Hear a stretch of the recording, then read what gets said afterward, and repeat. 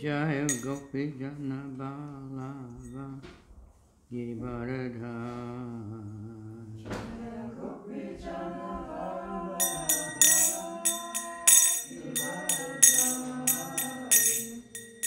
Yashodananda Prajana Rana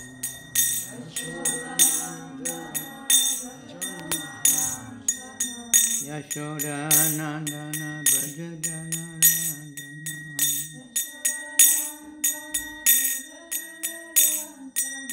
Yamuna Tira Vanasha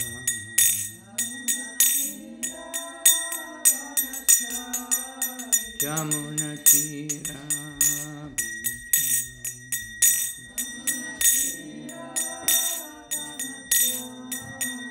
Jaya Radha Madhava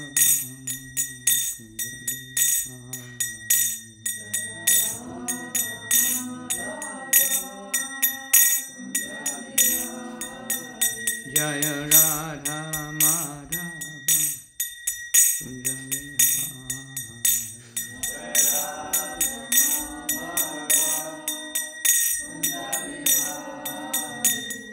Gopi Jana Balava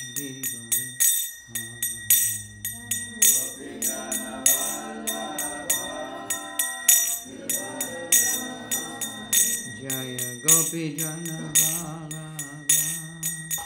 Giridharadhari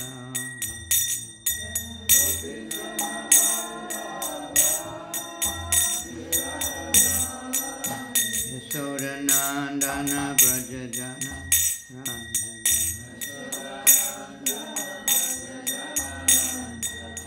Yashodanandana Prajana Ranjana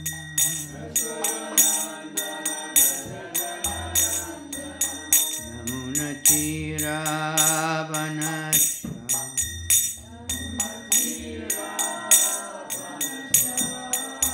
Yamuna Tira Vanasha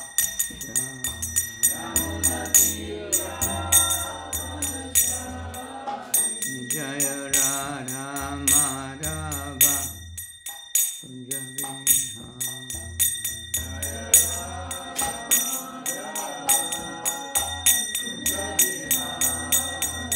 Jaya Radha Madhava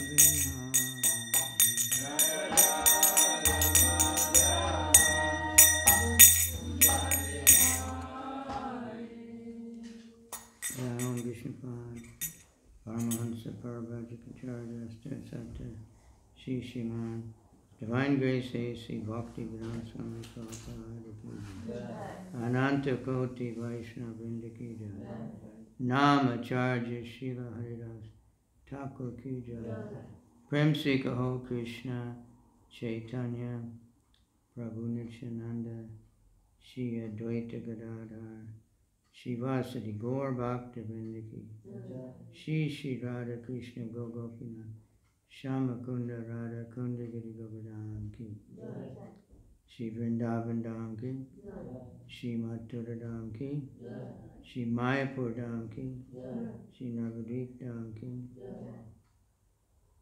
Ganga Maya Ki Jamuna Maya Ki Tulsi Devi Ki Bhakti Devi Ki Samaveda Bhakta Vrinda Ki All glories to the Assembly. All glories to the Assembly. All glories to Shri Shri Guru and Shri Gauranga. Gaur Premanande Hari Hari.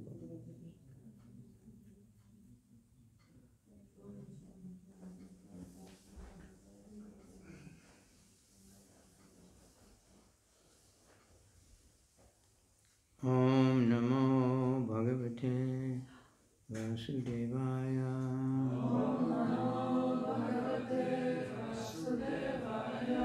Om Namo Bhagavate Vasudevaya.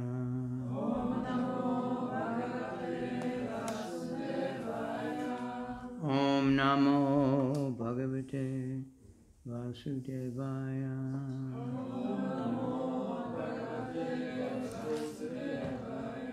Narayanam namaskritya Naram chaiva narottamam Devim Saraswatim Vyasam Tato Jayam Udiraye Nasta Prayeshu Bhadreshu Nityam Bhagavata Sevaya Bhagavat Utama Shloke Bhaktir Bhavati Naistiki Idam Bhagavatam Nama Purana Brahma Samhitam Uttama Shloka Charitam Chikara Bhagavan Rishi Nishreyasaya Lokasya Dhanyam Swasthayanam Mahat. Srimad Bhagavatam is spiritually 100% pure, and it is beneficial for everyone. So before reciting the Srimad Bhagavatam, we offer our respectful obeisances to Narayan, the personality of Godhead, to Narayan Rishi, the supermost human being, and to Srila Vyasadeva, the Mother Saraswati, the goddess of learning, and to Srila Vyasadeva, the author. Text 10, chapter 13, 6th canto. Right? Yes. Sukuvacha. Evam Sanchodito Vipraya Marutvan Aham Nad Ripum Brahmahacha Hatte Tasmin Asasada Vishakapim Shri Shuka Uvacha Evam Sanchodito Vipraya Marutvam Ahanad Ripum Brahmahacha Hate Tasmin Asasada Vishakapim Shri Shukuvacha Evam Sanchodito Vipraya Marutvam Ahanad Ripum Brahmahacha Hate Tasmin Asasada Vishakapim.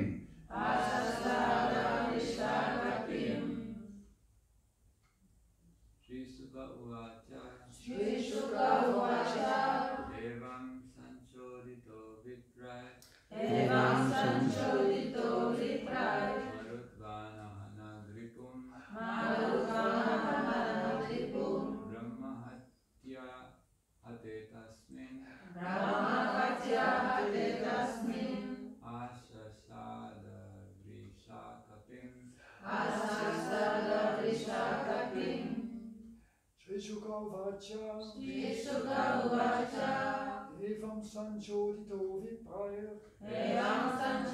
Recording in progress. Marutvan Ahanat Ripum Brahmahatya Hate Tasmin Asasada Vrishakapim.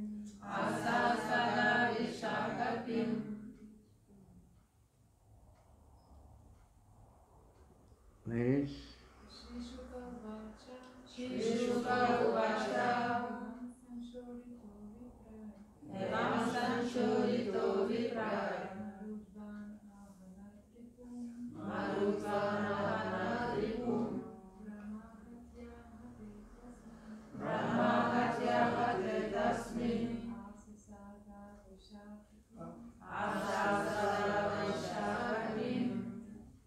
Shuka Uvacha Shri Shuka Uvacha Evam Sanchodito Vipraye Evam Sanchodito Vipraye Marutvam Ahanatripum Marutvam Ahanatripum Brahma Katyakate Tasmin Brahma Katyakate Tasmin Asa Sada Vrishakatim Asasara Vishakapim Shuka Uvacha Shri Shuka Uvacha Evam Sanchodito Vipraye Evam Sanchodito Vipraye Marutvam Ahanatripum Marutvam Ahanatripum Brahma Katyakate Tasmin Brahma Katyakate Tasmin Asa Sada Vrishakatim Asasara Vishakapim Shri Shuka Uvacha Shri Shuka Uvacha Evam Sanchodito Vipraye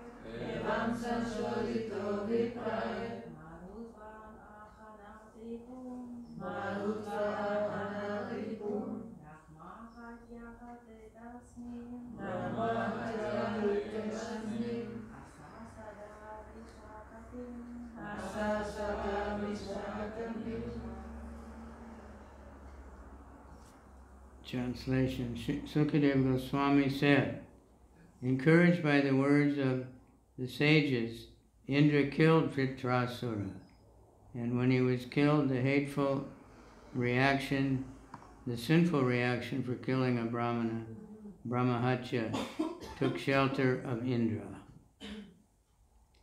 Repeat that. Sukadeva Goswami said, Sukadeva Goswami said, encouraged by the words of the sages, encouraged by the words of the sages, Indra killed Vritrasura. Indra killed Vritrasura, And when he was killed, the sinful reaction for killing a Brahmana, and when he was killed, the reaction for killing Brahma, Brahmahatya, certainly took shelter of Indra.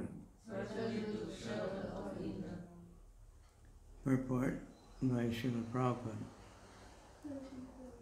After killing Vritrasura, Indra could not suppress the Brahmahatya, the sinful reaction for killing a Brahmana. Formerly he had killed one Brahmana, Vishwarupa, out of circumstantial anger. But this time, following the advice of the sages, he killed another Brahmana purposely. Therefore, the sinful reaction was greater than before.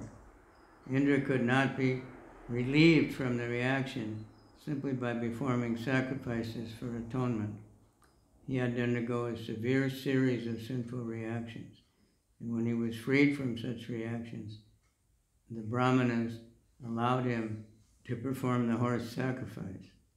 They planned execution of sinful deeds on the strength of chanting the holy name of the Lord or undergoing prayaschita, atonement, cannot give relief to anyone, even to Indra or Nahusha.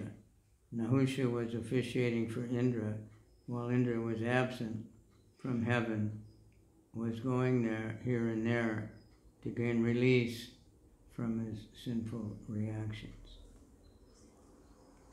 Om Jnanatimirandasya Gyananjana Shalakaya Chaksuramilitanyena Tasmai Shri Guruve Namaha Shri Chaitanya Manobhistam Stapitam Yena Bhutale Swayam Rupa Kadamayam Dadati Swapadantikam Nama Om Vishnupadaya Krishna Pristaya Bhutale Srimate Bhakti Vedanta Swaminiti Namane Namaste Saraswati Deve Gauravani Pracharane Nirvisesha Sunyavadi Paschacha Desatarane.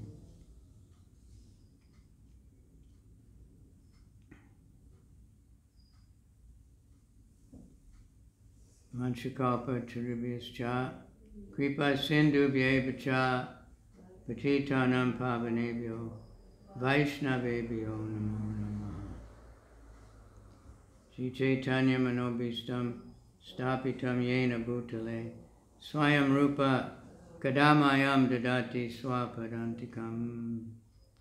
Nama Om Vishnu Padaya Krishna Prasthaya Bhutale Srimate Bhakti Vedanta Swaminiti Namane Namaste Saraswati Deve Gauravani Pracharane Nirvisesha Shunyavadi Paschatya Desa Tarane.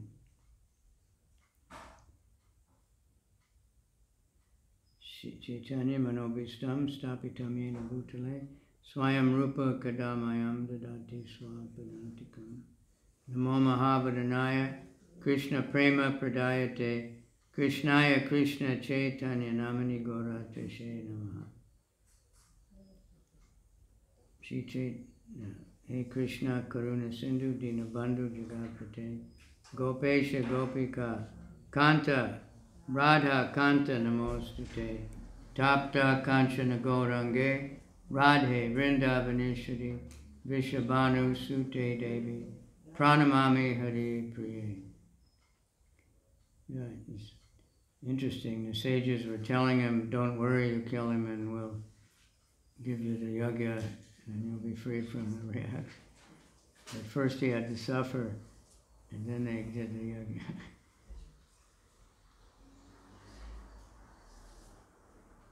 Indra, he's very, very advanced devotee, but he's mixed.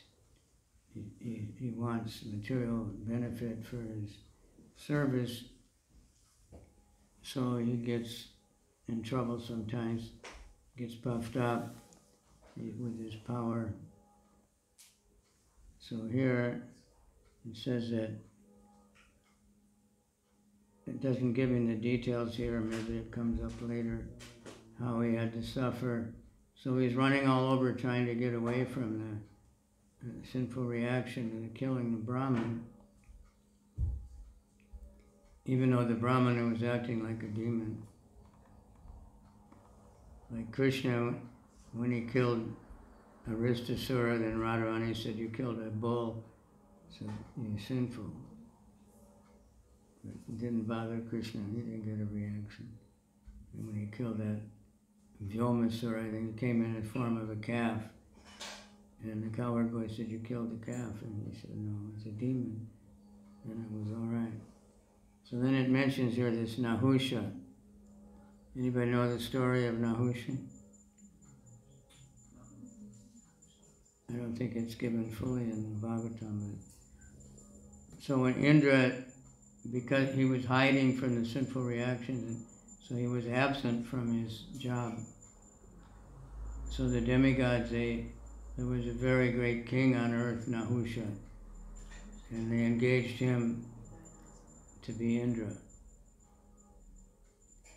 And he got very puffed up being Indra. And he was abusing the sages, but they had given him the post, the sages. And he tried to, so he was like making the sages pull his chariot like horses and whipping them and making very crazy. And then he even tried to seduce the wife of Indra. And so the sages finally just cursed him to fall down from the heaven. I can't remember exactly what happened. He got stuck halfway or something. He was hanging upside down. No, he became a big snake on earth. And he was cursed to be this snake, like a python. You know, the python, they kill what they're going to eat by crushing it, wrapping around. So he had, but you know, they always, when these people get cursed, they're begging, no, don't curse me like that. And the sages say it's too late. Once they make the curse, they can't take it off. But they can do something. So they said, when you have these questions, and when somebody can answer all your questions, then you'll be free from the snake body, become a king again. so he was living a long time like that.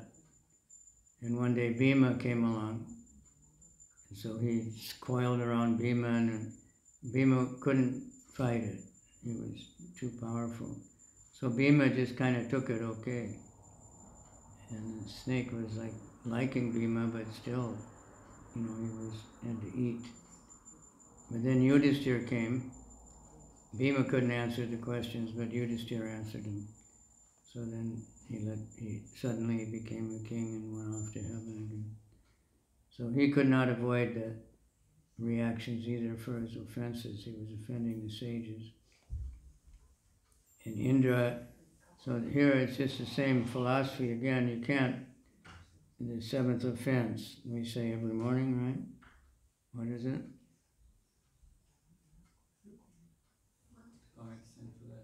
Huh?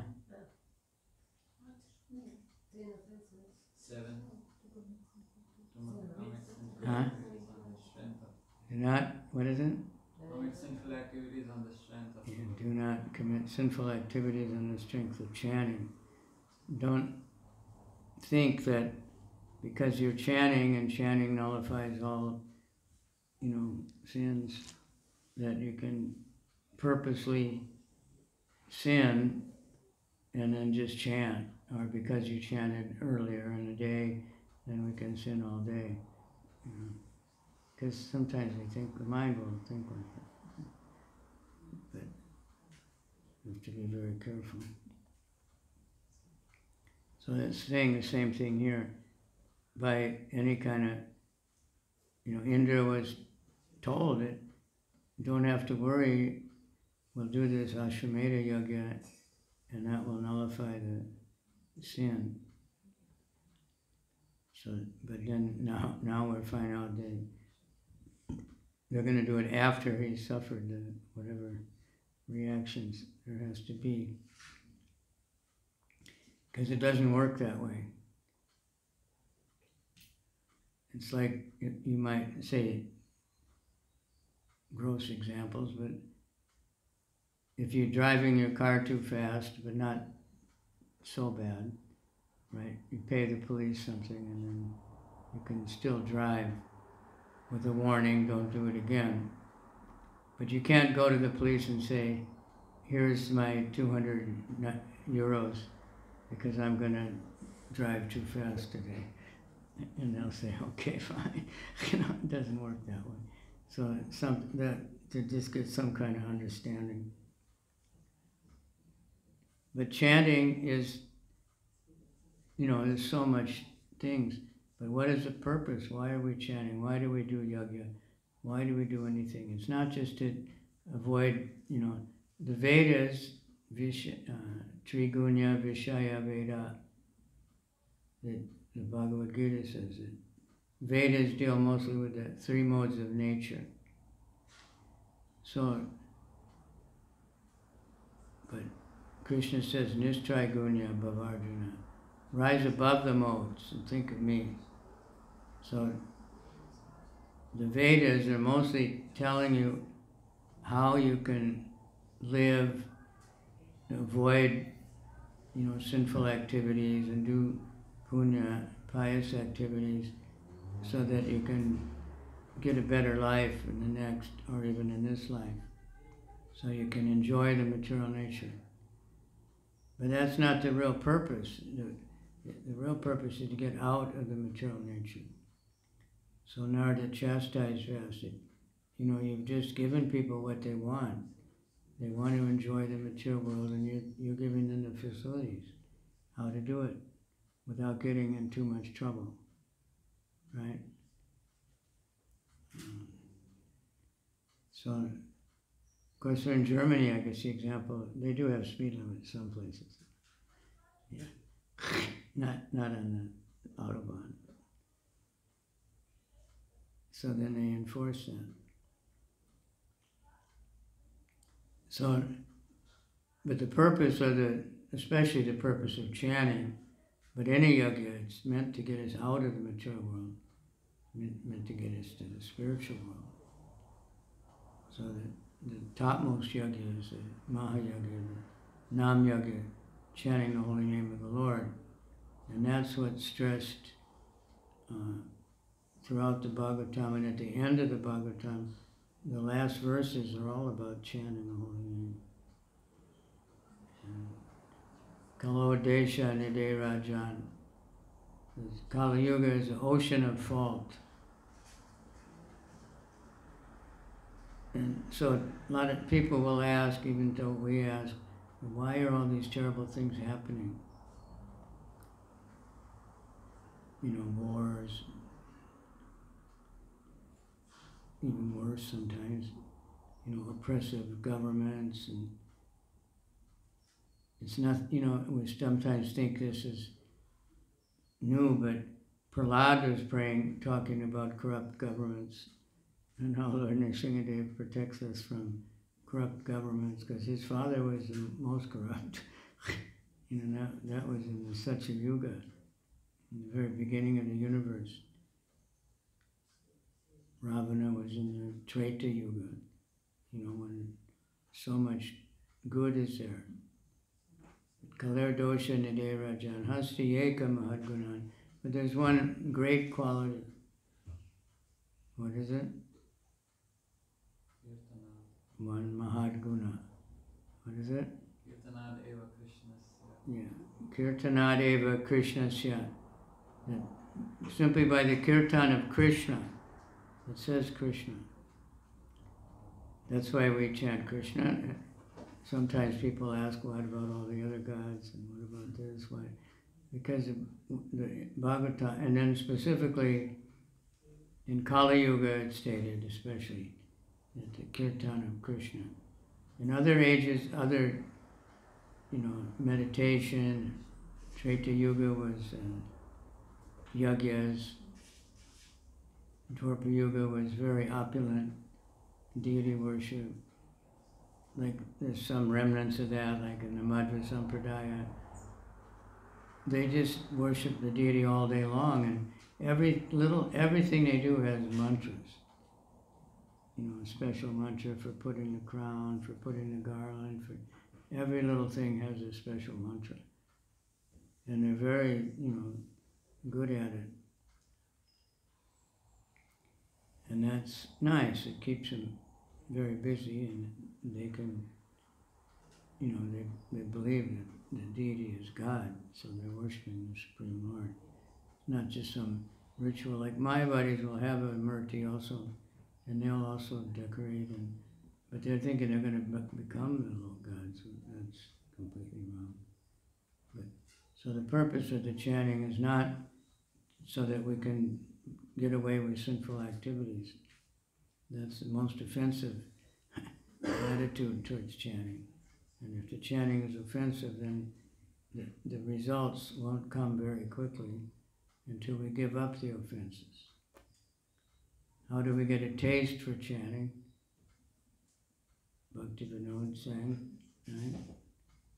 Kabhi Habhi Bolo Sedi Namar Aparada Gucci Shudanami Ruchi. That when the aparadas, the offenses, are ceasing, then Nama Ruchi, then there's increasing the taste for the holy name. So it goes together, but we have to be careful.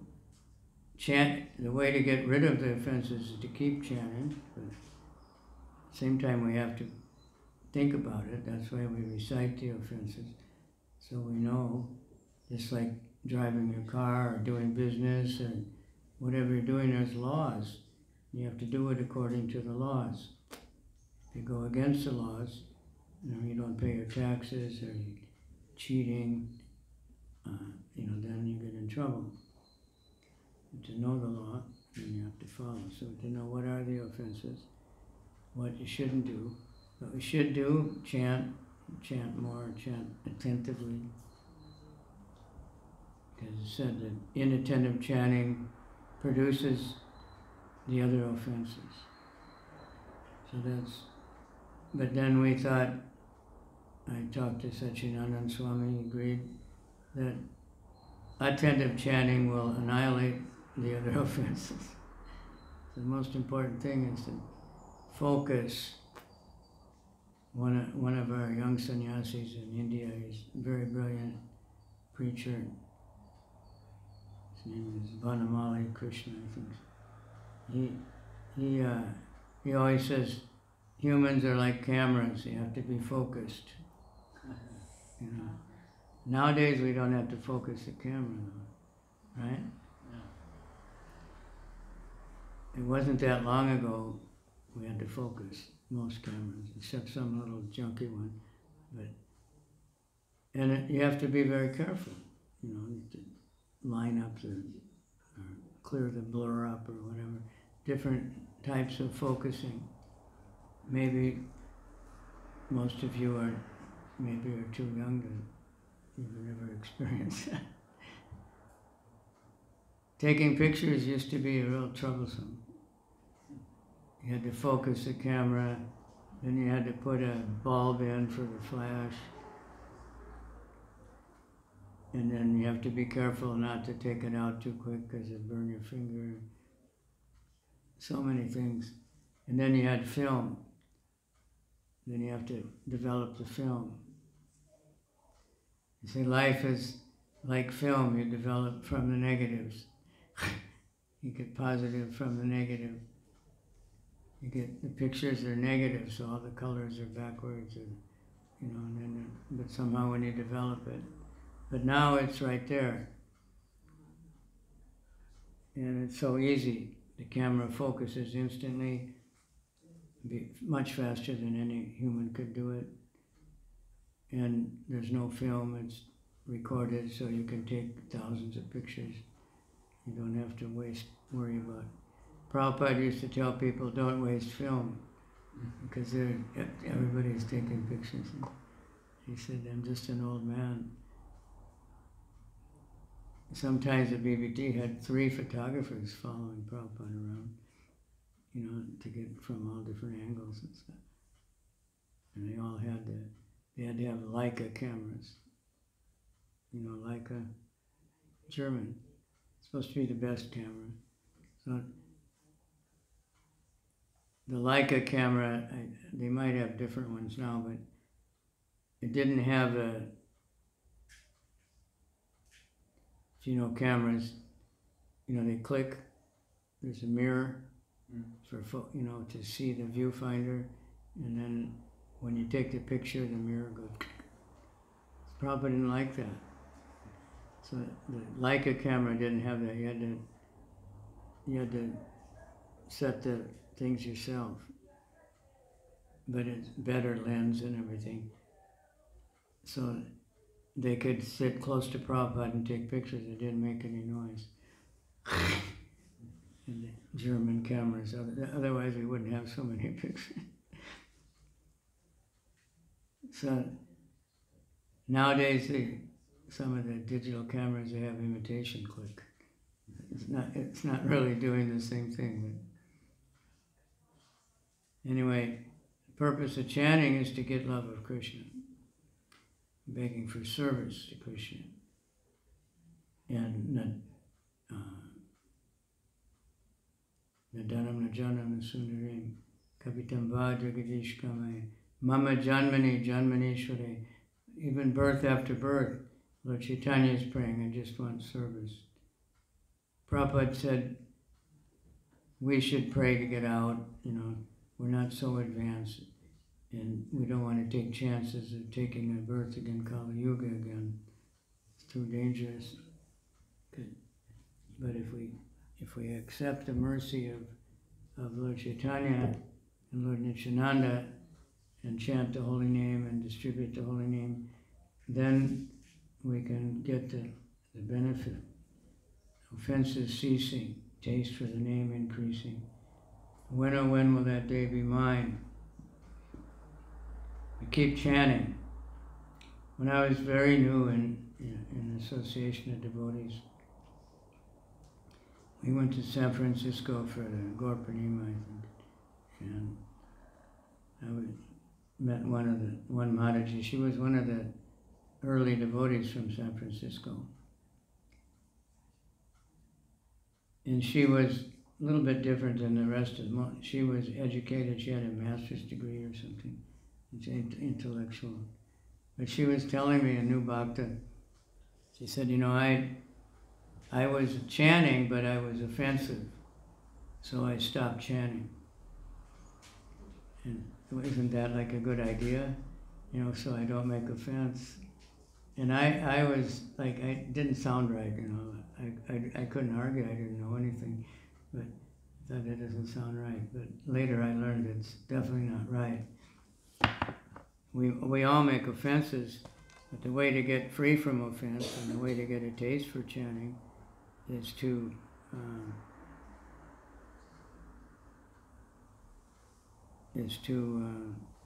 keep chanting.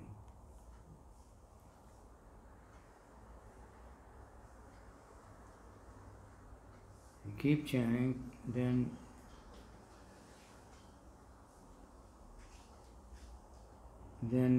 you'll get free from offense. Unless we're purposely offending, then it'll get worse and worse. Like blaspheming devotees, I just read, I don't know who it was, somebody was, Prabhupada asked, and they said to not criticize the pure devotee. Prabhupada said, no, any devotee. Anyone who's trying to be a devotee, who's trying to spread the holy name, they're honorable, and you should honor them, should not offend them.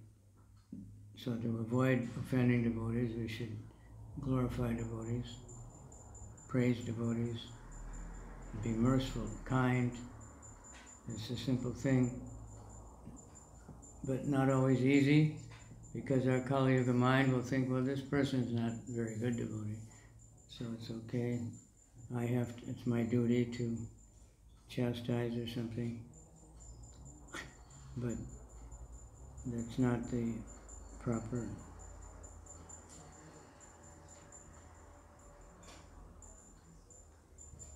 So even Indra can, you know, and it was in his line of duty, this Vritrasura, he was, you know, so powerful, leading all the demons and killing all the demigods and terrorizing the universe. So killing him was, you know, necessary, but at the same time he's a Brahmin, so even Indra had to get some kind of reaction for it. And insulting a Brahmin is something like killing him, as far as karmic reaction. As in the Mahabharata,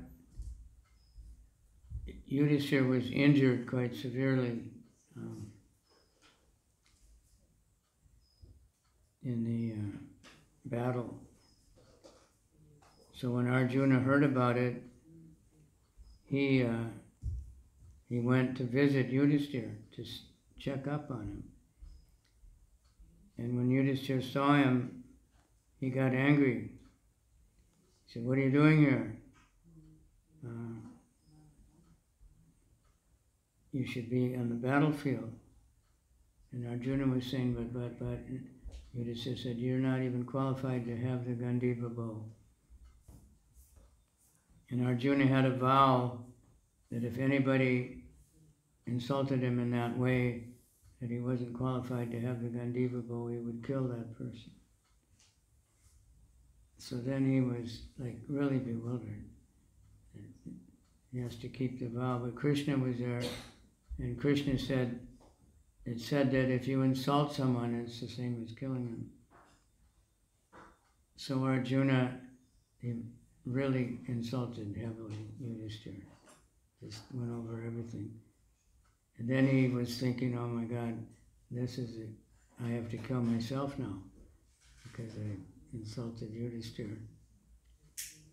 And then Krishna said, no, if you brag about yourself, that's the same as suicide. So Arjuna started bragging what a great warrior he was and all.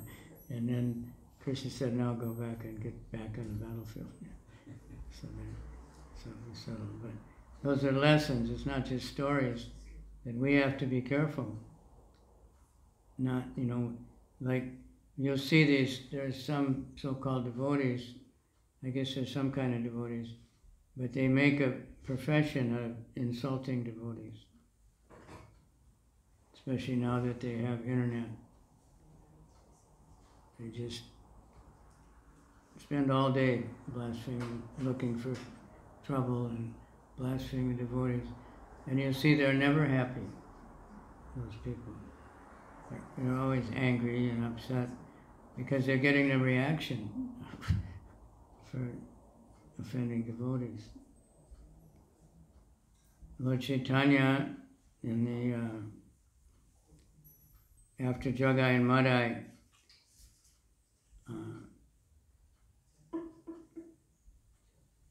Lord Chaitanya turned black color, and he asked, how do I look? And Advaita said, well, you look like Krishna, because he was blackish. And so Lord Chaitanya said, we'll have kirtan. So they had a really big kirtan. It was such a big kirtan that Yamaraj came because he heard about Jagai and Madai getting liberated, and he couldn't believe it because all his secretaries had been complaining to him that they can't keep record, they can't keep up with all the sins of Jagai and Madai. And when he saw the kirtan in Jagai and Madai, he fell unconscious. Just bam, like a stick. And then the demigod started kirtan and he started dancing. So everybody was dancing.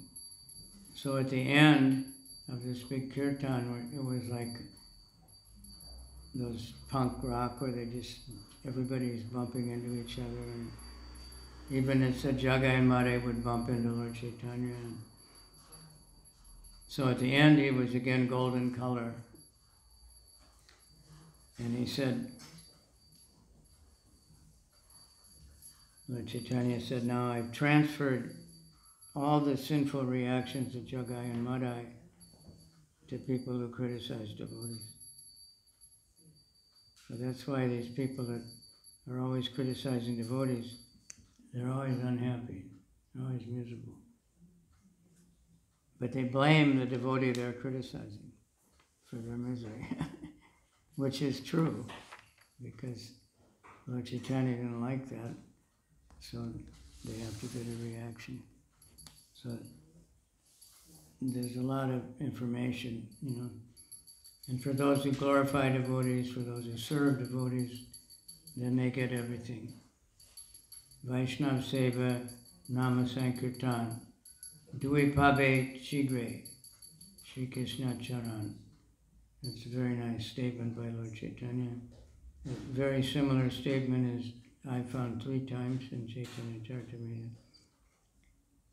Serving the devotees comes first, and then Nama Sankirtan.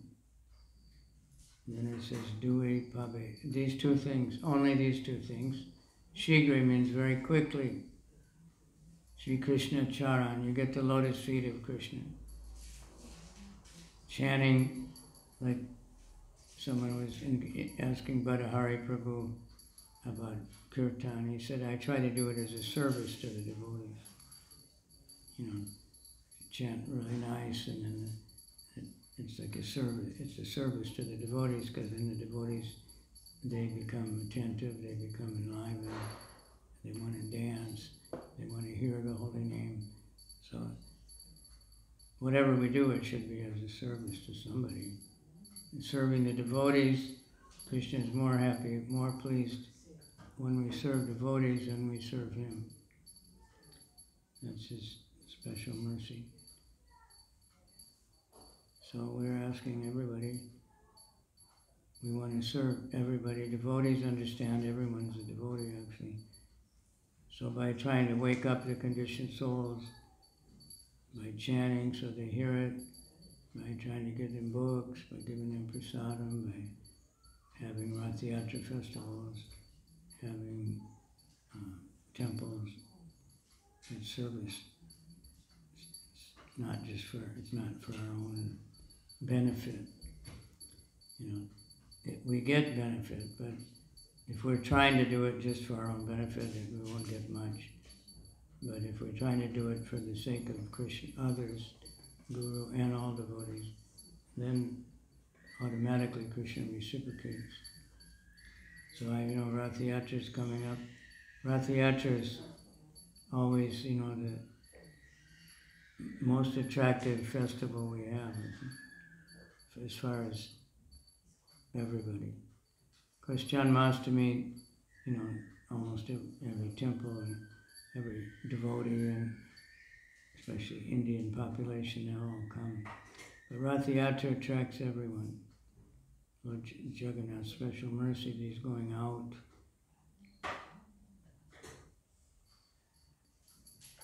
And he's going out simply so that everybody can have the darshan, but also so he can see everybody.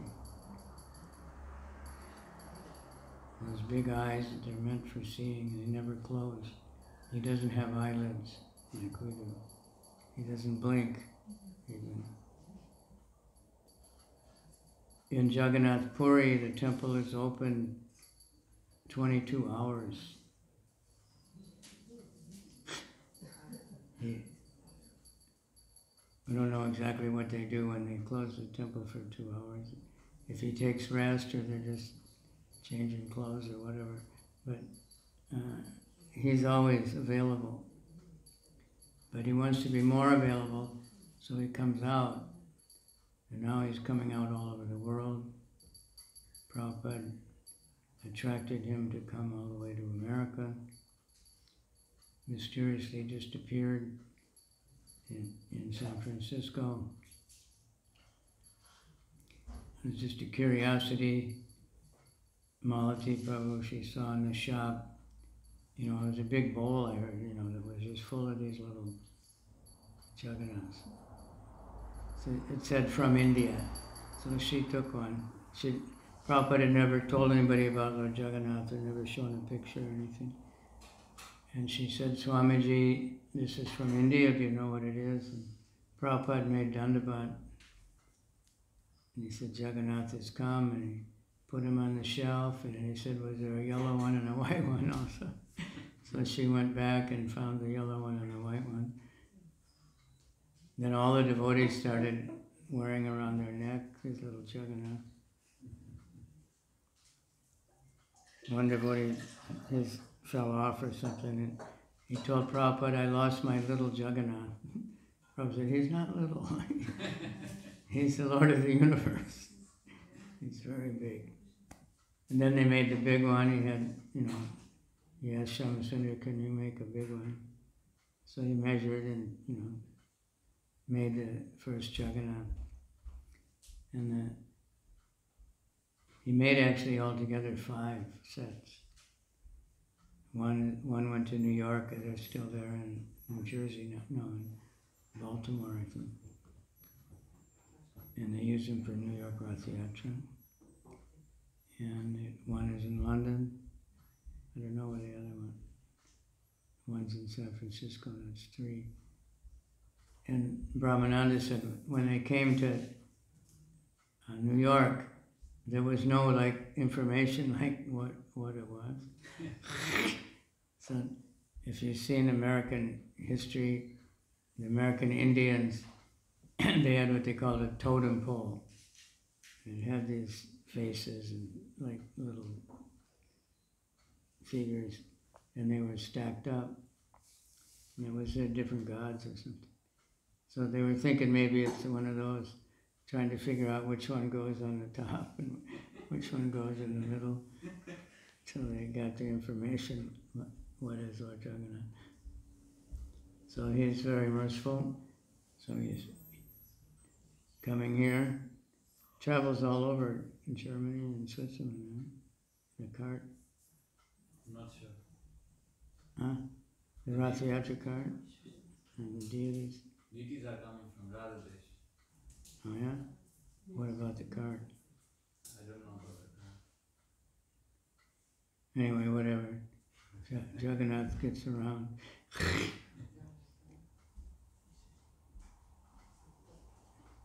And there's so many Rath Yatras in America. In Germany there's a lot. In America there's almost every, starting from early June, there's one every week until September, in August or something. One devotee he was an engineer in Canada, so he made these carts out of aluminum, so they fold up. So you can put 3 carts in one big truck. And then the devotees pay, and he comes to wherever, and then he just reels them out from the cart, and the hot electric top goes up, and they got a big cart, and devotees come and decorate it. And then after the whole thing's over, he puts them in the truck again and drives them. Technology. Otherwise it was always a problem for every temple to have their own cart and keep it, especially if they don't fold up. So that's so Jagannath's mercy. He wants everyone to get the chance in his merciful glance on everyone. And anyone who even sees the cart go by, it'll make a huge impression. And Prabhupada said, at the end of the life, when they're remembering their whole life, they'll stick on that when they get to the Rath Yatra. So it's a special benediction for everyone.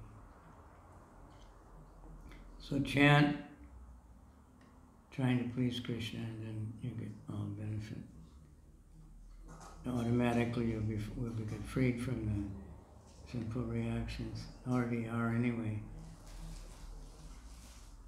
As long as we keep chanting and we don't make more sin purposely, then time of death, Krishna will make sure we remember him. We don't want to become Indra. It's mentioned in the Bhagavad Gita. After someone does all this yoga, they can go to the planet of India and enjoy godly delights. But then, Chine Punye Marja Lokam Vishalam, they'll have to come back again to this world of birth and death. All right, thank you very much. Any comments or questions? Maharaj? Yeah. May I ask you something Please. about offenses against devotees? When you have a negative thought, maybe about a devotee, is that already an offense? Can you speak a little more slowly? Yes. Maharaj, when you have a negative thought about a devotee, is that already an offense? When you have negative thought about the devotee, Yeah. is that already an offense? Yeah, but it's not, if we say, no, that's bad or something. But thoughts become action. So if we water that weed, and take care of it, then we'll do something. So but in Kali Yuga is special mercy. So in previous ages, if you just think about doing sinful activity, you get the karmic reaction. But to get the good reaction, you have to do something. Just thinking about doing pious activities but not doing it, you don't get the karma. But in Kali Yuga, it's the other way around. You have to actually do the sinful activity to get the karmic reaction. But if you're just thinking, I'm going to do something good, I'm going to give charity, you get the karmic reaction even if you can't manage to do it, because the Kali Yuga is so difficult. But if we keep just thinking about sinful activities, eventually we're going to do it. So if we cultivate the negative thought and just sit on it, eventually we're going to tell someone bad about that devotee or blaspheme that devotee or let the air out of his tires or something, do something. So it's like a seed, but if we burn the seed, then it's okay. But it pollutes the mind, so we don't want to. Conditioning is so heavy to criticize, criticizing is sometimes, in Kali Yuga, that's not supposed to be a sign of intelligent thinking, You can see all the faults and expert at fault finding. Some people have to do that, like if you're an editor or something. But if an editor's thinking, oh, this guy, what a jerk, he doesn't know how his grammar is so bad and I have to fix it, he won't do a good job editing. It has to be out of love to try to help somebody and make something more nicer and repair something.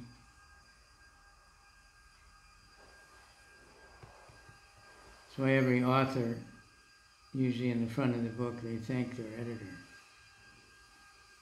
They thank the editor. Like Shivaram Swami, he said, I thank my editor for, making my version of the English language readable or something. Because when you're just writing and, it's flowing, you can't think about all the details of the grammar and at the same time flow. So then someone else has to fix it up. Good question. Okay? Anyone else?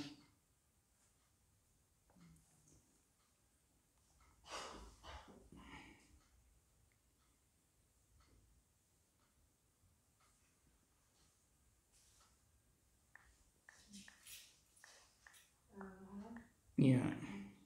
You were explaining that if we, unless we stop offending, the taste will not awaken. So this taste, then you said that if we continue serving the Vaishnavas, then eventually we'll get Krishna's mercy. I was wondering, this taste for the holy name, does it, does it awaken little by little, or how can we perceive? Well, it can be either. It can take a long time, or it can happen very quickly. On the cover of the record album, this transcendent. There's a little video that comes up a lot online. These Prabhupada quick ones. So it was in Australia. Someone said, Prabhupada, we're so fallen and we had so much sinful life, and how long is it going to take us to get purified? You know that one? You can look it up on YouTube, 1 minute. Prabhupada, 1 minute. He says, you're not reading Bhagavad Gita? 1 minute. Everything can be finished if you really surrender. But if we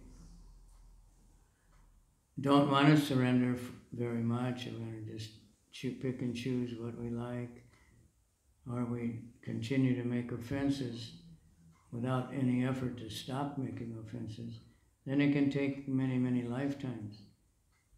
Often that's the sloka we read at the end of the 10 offenses.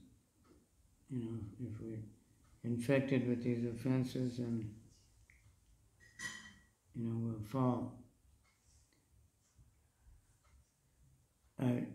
If you have 5 minutes, we could listen to this. Prabhupada, very early in New York, he didn't have very many devotees.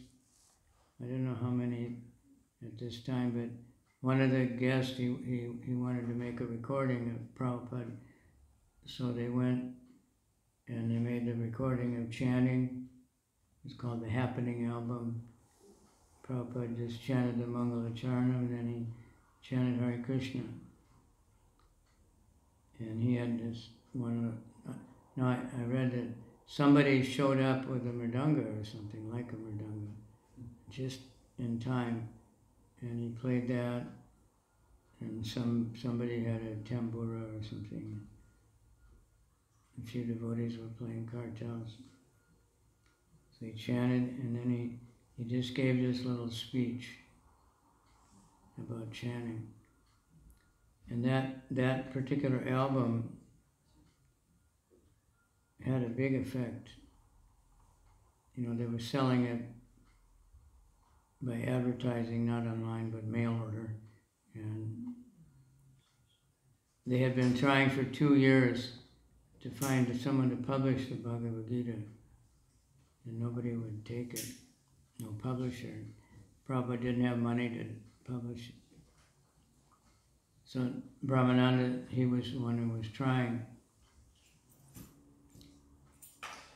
Even Allen Ginsberg, who was a big famous writer and had many friends in publishing, they didn't want to do the Bhagavad Gita either. It was the whole, you know. So they got an order for the record album from somebody in a big publishing company. So Prabhupada said, dress up, you know, really nice, and deliver it in person. Don't just mail it to him. And take the Bhagavad Gita with you. So he went, and the guy who ordered it, he was just a clerk. No, he wasn't you know, any kind of decision-making part of the company. But while they were sitting there, the man who was in charge of the religious publications happened to come in the room. And he introduced, and then he was saying, you know, we're looking for a Bhagavad Gita. We've got the Quran, we've got the Bible, we have all different, you know, Buddha books, but we don't have a Bhagavad Gita. So Brahmananda said, well, I have, you know, my Guru Bhagavad Gita right here. So the guy took it, but then they edited it to be 1/3 the size. Prabhupada had to go through and take out a lot of purports. So he didn't really like that, but it was better than nothing. And another thing is George Harrison from the Beatles, he somehow got that album. And so he and John Lennon were always listening. They were chanting because of that album. He bought like 50 of them. He was giving everybody. So it had a big effect. The vibration by chanting of Hare Krishna, Krishna Krishna, Hare Hare, Hare Rama, Rama Rama, Hare Hare, is the sublime method for reviving our Krishna consciousness.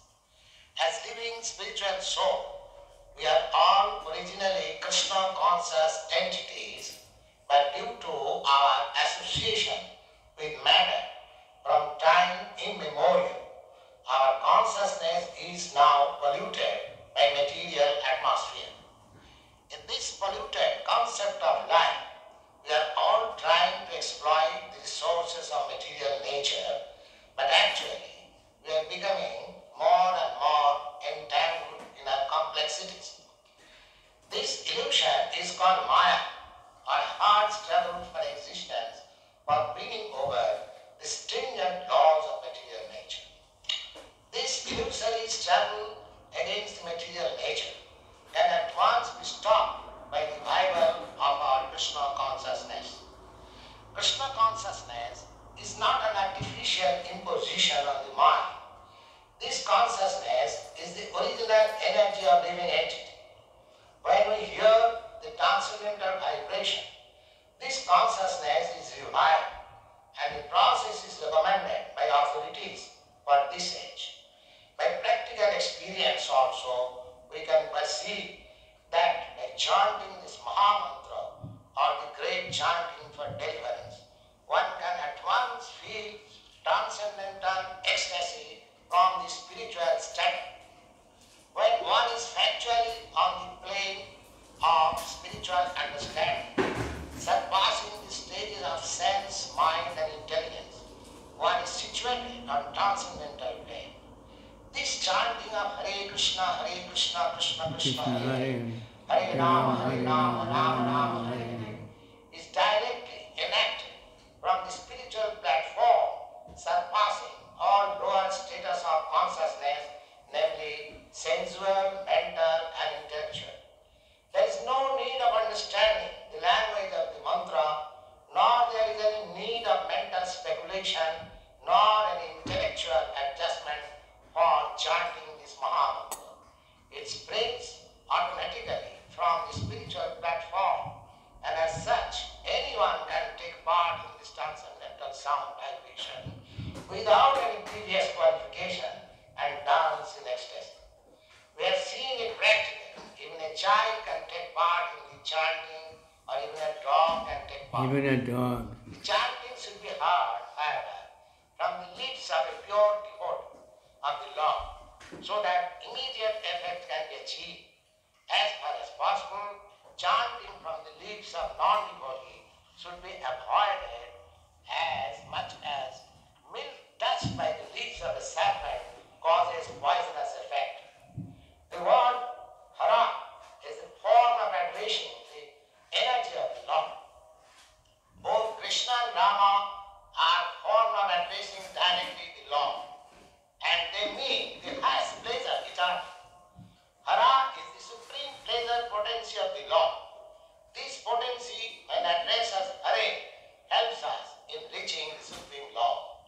The material energy called as Maya is also one of the multi-potencies of the Lord, as much as we are also marginal potency of the Lord. The living entities are described as superior energy than matter.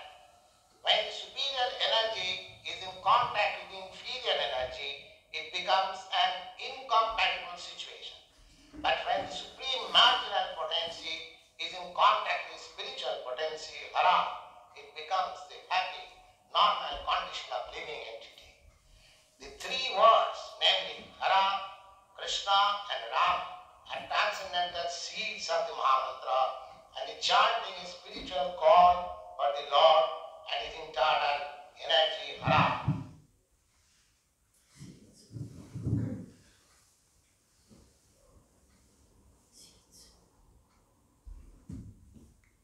I don't know what happened.